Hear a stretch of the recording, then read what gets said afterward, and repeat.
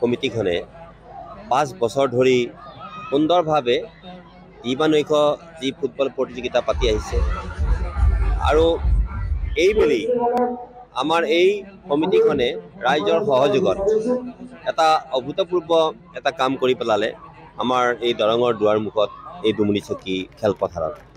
এয়া হৈছে কি 100 গৰাকী কথা আছিলে, এই 200 গৰাকী যি ধৰণে গোটেই অঞ্চলৰ ছোৱালীখিনিক লৈ এটা সুন্দৰ বিহু নাচ তেওঁলোকে প্ৰদৰ্শন কৰিলে খেলাৰ প্ৰাক মুহূৰ্তত, ই এটা সঁচাকৈ অভূতপূৰ্ব আৰু লগে লগে আমাৰ কাৰণে এটা আশাৰ বতৰা যে যিসকল ছোৱালী এই অঞ্চলৰ এই ছোৱালীসকলে যে ইমান সুন্দৰকৈ বিহু নাচিব পাৰে তাৰো এটা সুন্দৰ প্ৰতিভা আজি আমাৰ আগত প্ৰদৰ্শন কৰিলে।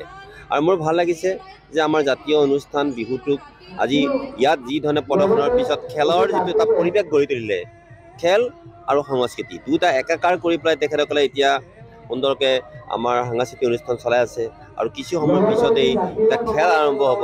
আৰু যিখন দিবানৈশ খেল, এই খেলখন মানুহে ৰাতিপুৱালৈকে মানুহে চায়। গতিকে মই আজি নিজে এই যিটো নেকি আমাৰ খেলৰ যিটো অনুষ্ঠান, এই অনুষ্ঠানটোত আজি নিজে মই সভাপতি হিচাপে আটাইখিনি কাৰ্যকৰ্তা আৰু যিসকলে সহায় কৰিলে আৰু যিসকলে বিহু নাচ নাচিছে মই ধন্যবাদ জ্ঞাপন কৰিছোঁ।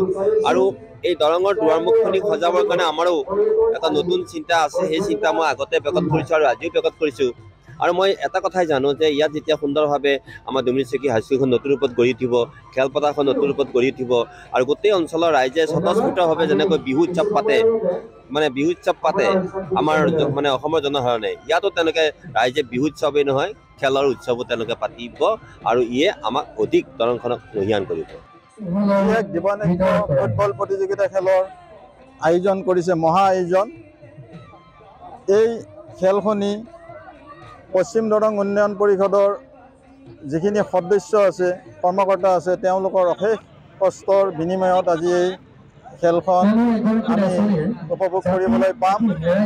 গতিকে এই খেলখনি পৰিচালনাৰ ক্ষেত্ৰত যাতে কোনো ধৰণৰ মানে শান্তি শৃংখলা যাতে আমি সকলোৱে অটুট ৰাখি আমি এই খেলখন উপভোগ কৰিব পাৰোঁ তাৰে কামনা কৰিছোঁ।